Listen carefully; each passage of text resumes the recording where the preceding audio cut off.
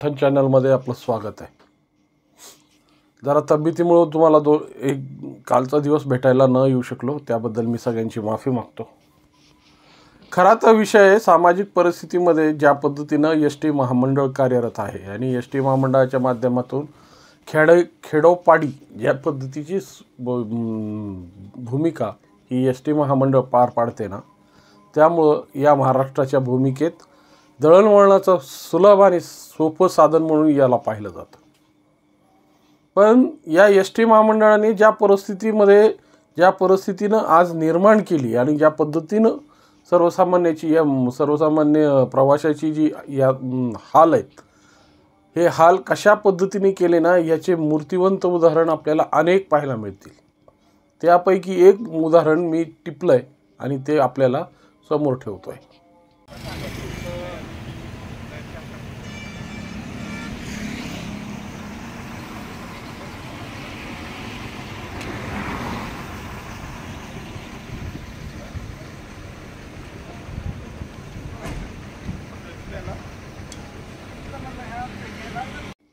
मित्रांनो, हे उदाहरण पाहिल्यानंतर तुम्हाला वाटलं असेल की हॉटेल, ह्या गाड्या, ही अधिकारी जी चेकिंग करतायत, वास्तविक स्वरूपात ज्या पद्धतीने मसाजवळचा हा एक थांबा आहे, म्हणजे अनधिकृत थांबा, ज्या ठिकाणी प्रवाशांची मर्जी असो किंवा नसो, या ठिकाणी गाडी थांबते आणि अशी गाडी थांबून त्या ठिकाणी म्हणजे आता गाडी थांबलीच आहे, पुढं आपल्याला प्रवासी करायचा आहे, पोटात काहीतरी टाकावं म्हणून न इच्छेने प्रवासी उतरतात।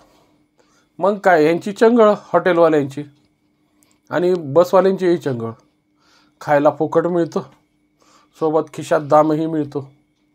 आणि दुर्दैवाची गोष्ट की अशा थांब्यांवर थांबून एस टी महामंडळाचे चेकर, म्हणजे जे सगळ्या गाड्यांचे नियंत्रण ठेवण्यासाठी कुठं कुणी विना प्रवास तिकीट करतोय का, कुठं कंडक्टर काही घोळघाळ घालतायत का, या प्रकारची नियंत्रण व्यवस्था असणारे चेकर या ठिकाणी गाड्या चेक करतायत।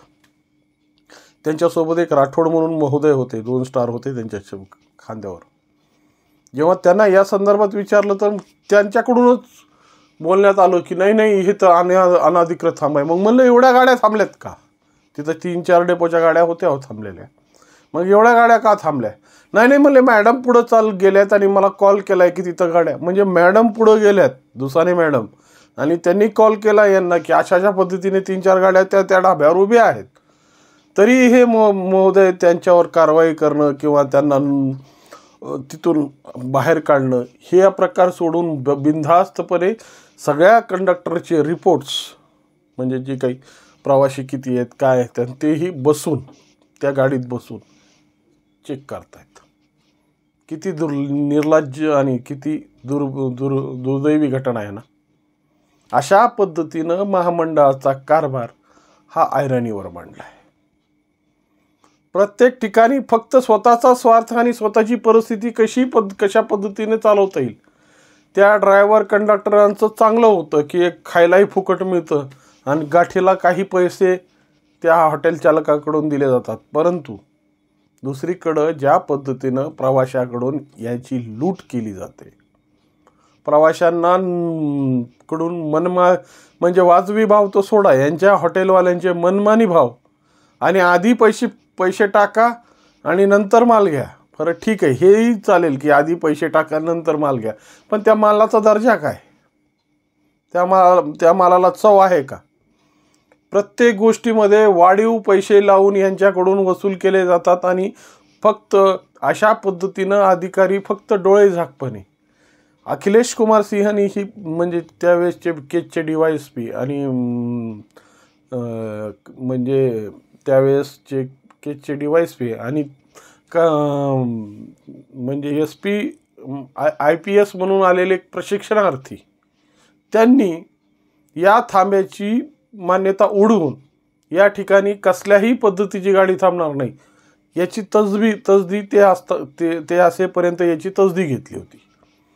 परंतु नंतरही या गोष्टीची यानंतर त्या पद्धतीचा कर्तव्यदक्ष अधिकारी आलाच नाही आणि आला तरी त्याने आपले डोळे झाक करून ही जी चाललेली यंत्रणा आहे त्या पद्धतीने चालूच ठेवली.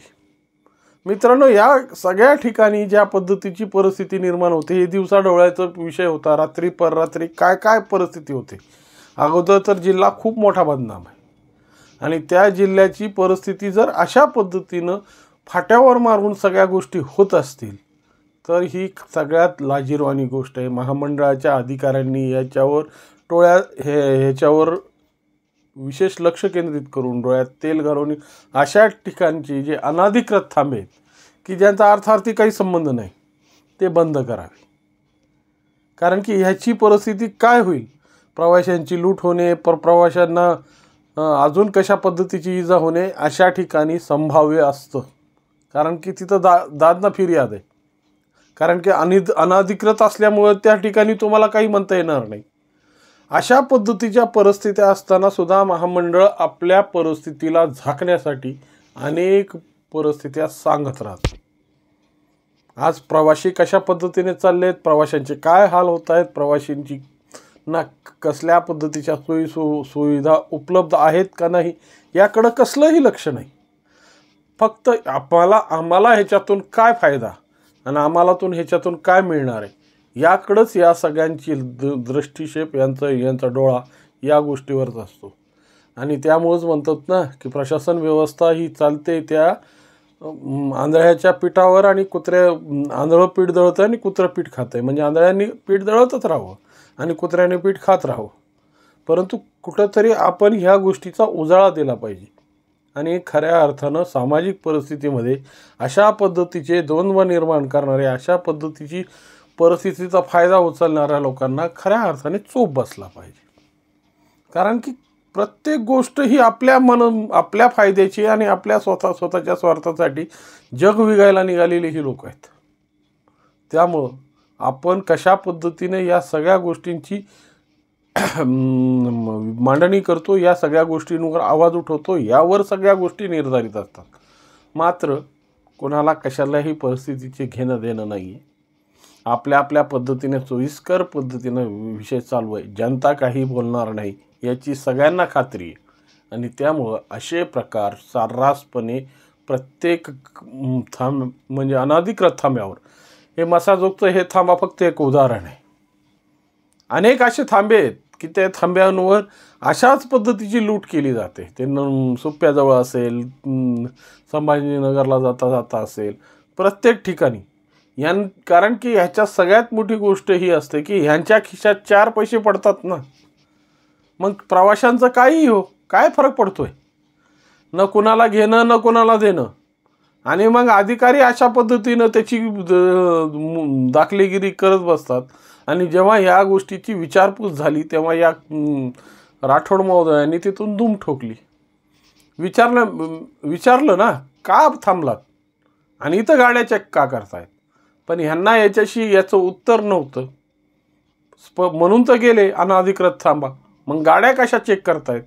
बरं, या सगळ्या गाड्या जरी चेक होत असतील तर ह्याच्यातल्या प्रवाशांच्या बद्दलची कसल्याही पद्धतीची भूमिका यांच्याकडं नाही का? आणि त्याच्यात एक कर्मचारी उलट उत्तर देतोय की आम्ही ढाब्यामध्ये जाऊन प्रवाशांना सांगू शकत नाही. अरे पण तुम्ही तुमच्या कर्मचाऱ्यांना तर सांगू शकता ना, तुमच्या कर्मचाऱ्यांना गचांडीला धरून बाहेर काढू शकता ना, ते तुमचे कर्मचारी आहेत. पण झाकायचं कसं, वाकायचं कसं आणि लोकांना लाजवायचं कसं हे एस टी महामंडळातल्या लोकांना चांगल्या पद्धतीनं माहिती आहे. त्यामुळं खऱ्या अर्थानं जर या गोष्टीची जर खरी परिस्थिती पाहिली आणि खऱ्या परिस्थितीच्या अनुसार या गोष्टी आम्ही प्रत्यक्ष डोळ्यांनी जर या गोष्टीचा विचार केला तर आज अशा पद्धतीच्या लूट होण्यामागं सगळ्यात मोठे कारणीभूत आम्हीच आहोत की आम्ही त्या व्यवस्थेला स्वीकार करतो, आहे त्या परिस्थितीत जगण्याचा प्रयत्न करतो. भले आमचं काम 5 मिनटं उशिरा का होईना, पण आम्हाला ह्याच्याशी काही घेणं देणं नाही. आज अशा परिस्थितीमुळं हे असे लोक जे सोकावल्या गेलेत, स्वतःचा फायदा बघायला लागले, स्वतःला कशा पद्धतीनं फायदा उचलता येईल याची परिस्थिती बघतायत, अशा लोकांची परिस्थिती पाहूनच आज आम्हाला हे दिवस पाहायला मिळायला लागले. आज प्रत्येक अधिकारी कोणत्याही कार्यालयात जा, हीच परिस्थिती आहे. जर त्या अधिकाऱ्याचा फायदा असेल तर त्या गोष्टीमध्ये रस घ्यायला सुरुवात होते. त्यांचा काही फायदा नसेल तर आलेला कागद हा आलेला कागदच असतो. त्याला बळबळ कसतरी त्याच्या परिस्थितीनुसार तो ढकलत जातो आणि ढकलल्यानंतर महिन्यानी म्हणा 2 महिन्यांनी म्हणा त्याला न्याय मिळतो. तरीही आमचं स्वच्छ प्रशासन आहे असं बोंब मारणारे मुख्यमंत्री आणि असे सांगणारे प्रत्येक पालकमंत्री आपल्या भाषणामध्ये चांगल्या पद्धतीचे तुरे खोसतात. पण वास्तविक स्वरूपात जनतेचे काय हाल होतात, जनतेसाठी काय उपाययोजना केल्या पाहिजेत, प्रत्येक कार्यालयात आलेल्या कागदाची परिस्थिती काय, याची जी टिप्पणवही आहे त्याचं परिस्थिती काय, ह्याचे क्रॉस व्हेरिफिकेशन, ह्याच्या कसल्याही पद्धतीचे इन्स्पेक्शन कोणीही करत नाही. मग परिस्थिती होते ती महामंडळाच्या आशा थांब्यासारखी. आणि आशय थांबे जोपर्यंत आयुष्यात उभे राहतील तोपर्यंत खऱ्या अर्थानं सामाजिक परिस्थिती सुधारणारच नाही. मग काही हो, आपल्या पत्तरवाळीवर भात कसा ओढायचा, आपल्याला स्वतःचं भलं कसं करून घ्यायचं हे शिकायचं असेल ना, तर हे एस टी महामंडळाचं उदाहरण खूप चांगलं आणि व्यवस्थित आहे. त्यामुळं आता तरी जागे व्हा. आपल्या हक्काच्या संदर्भात आपणच खरे आवाज उठवणारे आहोत याची प्रचिती घ्या आणि होणाऱ्या अन्यायाला वाचा फोडण्यासाठी आम्हालाच पुढे यावं लागेल याचीही प्रचिती घ्या.